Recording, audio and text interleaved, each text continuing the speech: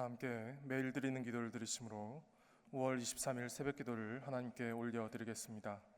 하나님 아버지, 이 땅의 가정들을 회복시켜 주시옵소서. 갈등과 다툼으로 깨어진 가정이 하나가 되게 하시고 몸과 마음의 상처가 회복되게 하옵소서.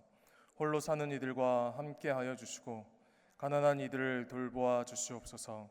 한반도의 평화를 지켜주시고 복음으로 통일되게 하여 주시옵소서.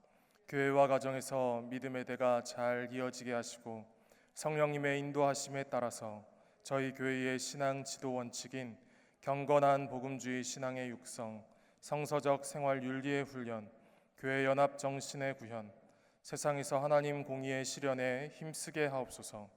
모든 교역자들이 성령님으로 충만하게 하시고 모든 성도들이 하나님의 말씀을 따라 행진하여 가게 하옵소서. 예수님의 이름으로 기도드립니다. 아멘.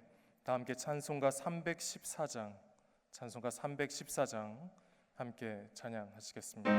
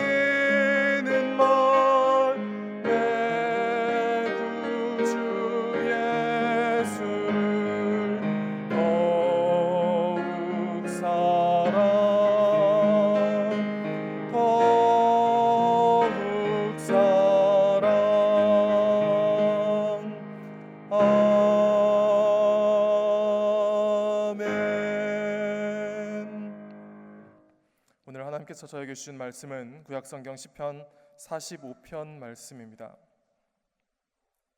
구약성경 834면에 있는 시편 45편 1절에서 17절까지 말씀을 우리가 한 절씩 교독하시겠습니다. 내 마음이 좋은 말로 왕을 위하여 지은 것을 말하리니 내 혀는 글솜씨가 뛰어난 서기관의 붓끝과 같도다. 왕은 사람들보다 아름다워 은혜를 입술에 머금으니 그러므로 하나님이 왕에게 영원히 복을 주시도다. 용사여 칼을 허리에 차고 왕의 영화와 위엄을 입으소서. 왕은 진리와 온유와 공의를 위하여 왕의 위엄을 세우시고 병거에 오르소서. 왕의 오른손이 왕에게 놀라운 일을 가르치리라. 왕의 화살은 날카로워 왕의 원수의 염통을 뚫으니 만민이 왕의 앞에 엎드러지는도다. 하나님이여, 주의 보좌는 영원하며 주의 나라의 규는 공평한 규이니이다. 왕은 정의를 사랑하고 악을 미워하시니 그러므로 하나님 곧 왕의 하나님이 즐거움의 기름을 왕에게 부어 왕의 동료보다 뛰어나게 하셨나이다. 왕의 모든 옷은 모략과 침향과 육개의 향기가 있으며 상하궁에서 나오는 현악은 왕을 즐겁게 하도다. 왕이 가까이 하는 여인들 중에는 왕들의 딸이 있으며 왕후는 오빌의 금으로 꾸미고 왕의 오른쪽에 서도다. 딸이여 듣고 보고 귀를 기울일지어다. 내 백성과 내 아버지의 집을 잊어버릴지어다. 그리하면 왕이 내 아름다움을 사모하실지라. 그는 내 주인이시니 너는 그를 경배할지어다. 두로에 따른 예물을 드리고 백성 중 부한 자도 내 얼굴 보기를 원하리로다. 왕의 딸은 궁중에서 모든 영화를 누리니 그의 옷은 금으로 수놓았도다. 수놓은 옷을 입은 그는 왕께로 인도함을 받으며 시종하는 친구 처녀들도 왕께로 이끌려갈 것이라. 그들은 기쁨과 즐거움으로 인도함을 받고 왕궁에 들어가리로다. 왕의 아들들은 왕의 조상들을 계승할 것이라. 왕이 그들로 온 세계의 군왕을 삼으리로다. 내가 왕의 이름을 만세에 기억하게 하리니 그러므로 만민이 왕을 영원히 찬송하리로다. 오늘 시편 45편 말씀은 이렇게 시작하고 있습니다. 내 마음이 좋은 말로 왕을 위하여 지은 것을 말하리니, 이 말씀처럼 오늘 시편은 왕을 위해서 지어진 노래입니다. 그리고 오늘 이 1절 앞에 표제를 보면 이렇게 되어 있지요. 고라 자손의 맞쓰길 사랑의 노래, 인도자를 따라 소산님에 맞춘 것. 오늘 이 시편의 별명이 붙어 있는데 그것은 바로 사랑의 노래라는 것입니다.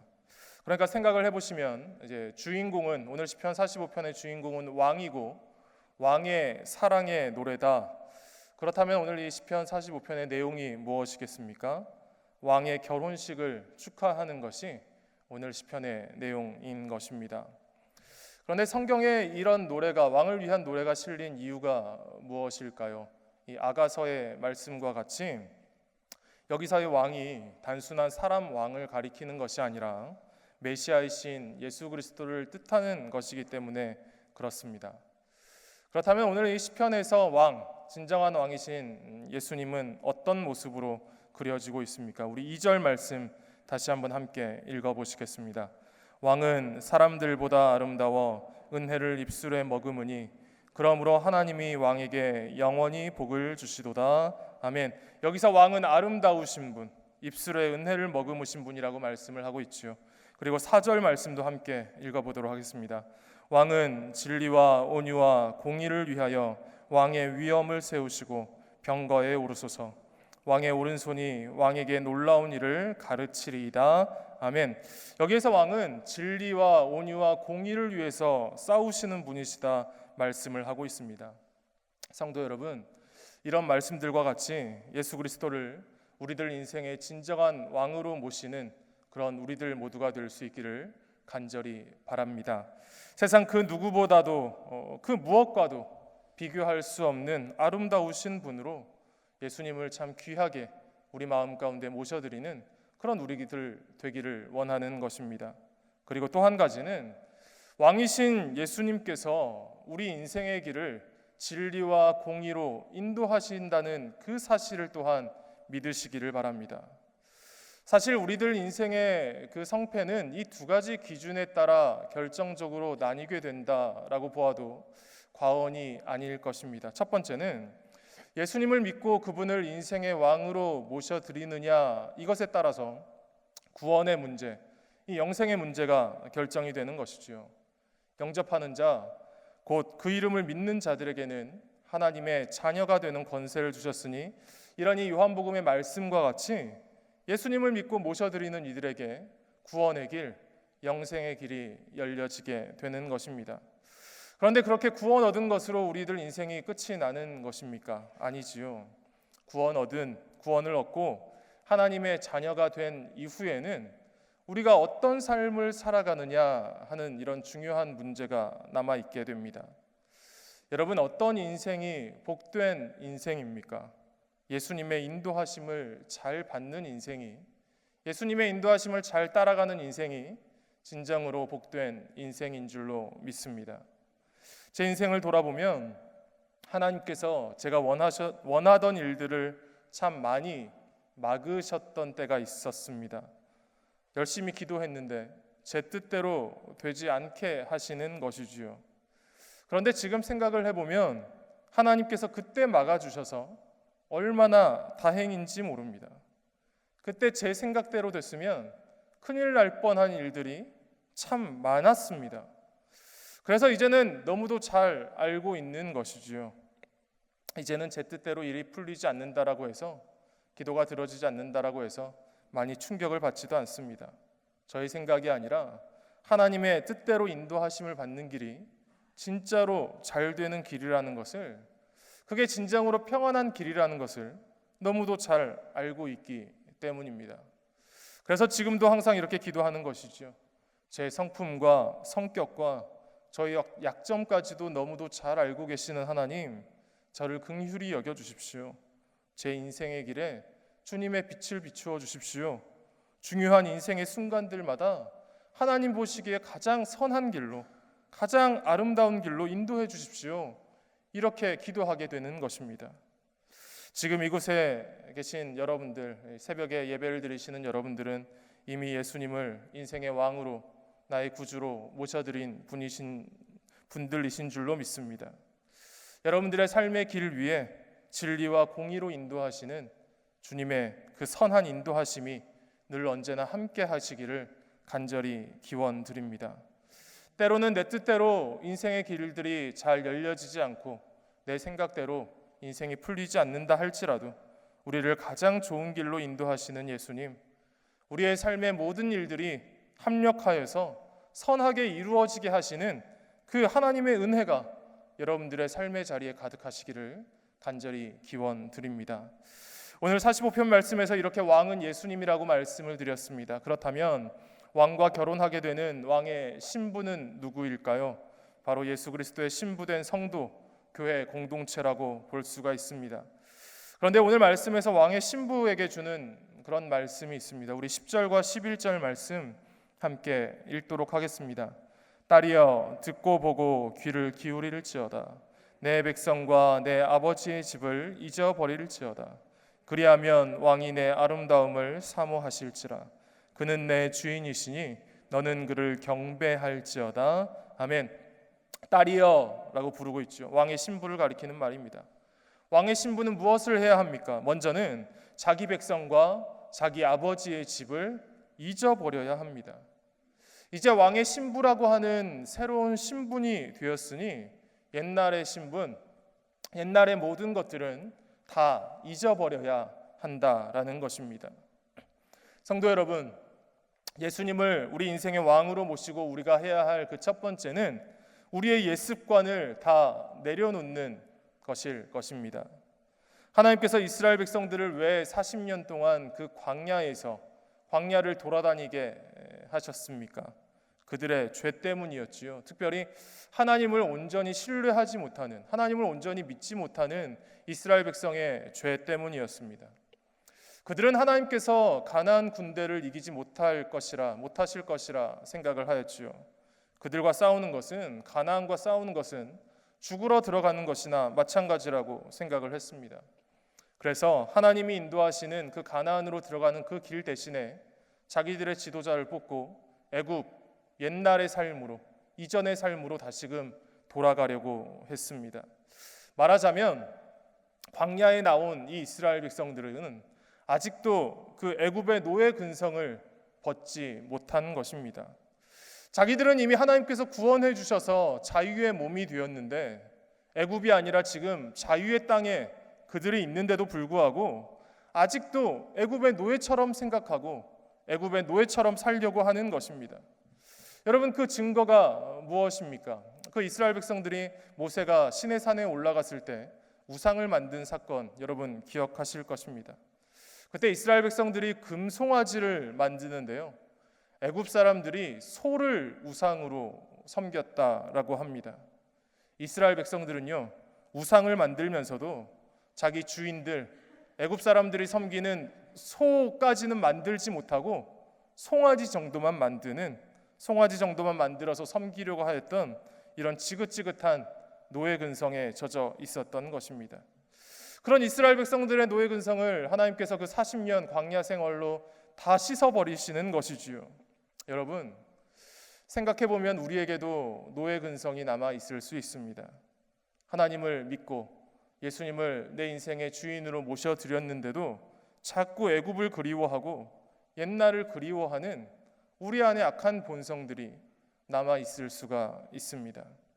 아브라함의 조카 롯처럼 당장에 내 눈에 좋아 보이는 것을 선택하는 것, 엘리사의 사환 게하시처럼 쓸데없는 욕심을 부리는 것, 예루살렘 길로 올라가는 그 예수님의 제자들처럼 나 자신이 다른 사람들을 이기고 더 높은 자리에 앉으려고 하는 이런 교만한 모습, 이런 것들이 바로 우리 안에 남아있는 못된 습성들일 것입니다. 여러분, 이들의 결말은 잘 알고 계시죠? 롯은 자기 눈에 좋아 보이는 소담 땅으로 가서 그 땅에서 살아가다가 아주 고생을 하게 됩니다. 전쟁을 경험하게 되고요, 전쟁 포로로 끌려가게 되었습니다. 게하시는 더 말할 것도 없지요. 나병에 걸리게 되고 그 사건 이후에 욕심을 냈던, 탐욕을 부렸던 그 사건 이후에 성경에서 아예 그 이름이 완전히 지워지고 마는 것입니다. 성도 여러분, 우리가 이런 악한 본성을 따라가는 대신에 우리가 무엇해야 하겠습니까? 아까 읽었던 10절 말씀 보십시오. 딸이여, 듣고 보고 귀를 기울일지어다. 우리가 신랑 되시는 그 왕이신 예수님을 듣고 보고 귀를 기울여야 한다라는 것입니다. 여러분, 하나님께서 이스라엘 백성들에게 허락하셨던 그 광야에는 아무것도 없는 그런 황량한 벌판입니다. 그 광야에서 살아남으려면 어떻게 해야 합니까? 하늘을 바라보는 수밖에 없습니다. 만나를 내려주시고 광야에서 물을 솟아나게 하시는 그 하나님을 바라보는 수밖에 없는 것이죠. 하나님 말씀에 순종하는 것이 광야에서 살아남을 수 있는 유일한 길인 것입니다. 그리고 하나님께서 광야 생활을 통해서 또 하나 이스라엘 백성들에게 알려주신 것이 있는데요, 바로 그 광야에서 율법을 주시고 하나님을 어떻게 예배하는지를 가르쳐 주시는 것입니다. 오늘 45편 11절에서도 말씀하고 있습니다. 그는 내 주인이시니 너는 그를 경배할지어다. 아멘. 성도 여러분, 예수님만 바라보고 예수님께 귀를 기울이고 예수님의 말씀을 최우선으로 들을 수 있는 그런 우리들 모두가 되실 수 있기를 간절히 소망합니다. 주님을 온 마음과 정성을 다해 예배하는 그런 우리들 모두가 되실 수 있기를 간절히 소원하는 것입니다. 이런 왕의 신부가 누리는 은혜가 있는데요, 그것은 바로 왕의 영광을 함께 누린다라는 것입니다. 우리 13절에서 15절까지 말씀 함께 읽도록 하겠습니다. 왕의 딸은 궁중에서 모든 영화를 누리니 그의 옷은 금으로 수놓았도다. 수놓은 옷을 입은 그는 왕께로 인도함을 받으며 시종하는 친구 처녀들도 왕께로 이끌려 갈 것이라. 그들은 기쁨과 즐거움으로 왕궁에 들어가리로다. 아멘. 이렇게 왕의 영광을 함께 누리게 되는 그런 큰 은혜를 입게 되는데요, 그 무엇보다 가장 큰 은혜는 11절 말씀 상반절에 기록되어져 있습니다. 11절 말씀 상반절까지를 우리 함께 읽어보겠습니다. 그리하면 왕이 내 아름다움을 사모하실지라. 아멘. 무엇입니까? 왕의 사랑을 받는다라는 것입니다. 성도 여러분, 하나님의 사랑을 입는 것, 이것이 우리 인생의 가장 큰 기쁨, 가장 큰 은혜인 줄로 믿습니다. 예수 그리스도의 신부로 하나님의 사랑을 입는 그런 우리들 모두가 되기를 간절히 소원합니다. 왕의 신부, 하나님의 자녀라는 거룩한 신분으로 살아가는 우리들 모두가 되기를 원합니다. 왕이신 예수님께서 인도하시는 대로 주님의 인도하심을 잘 받고 그 인도하심을 따라가는 우리들 되기를 원합니다.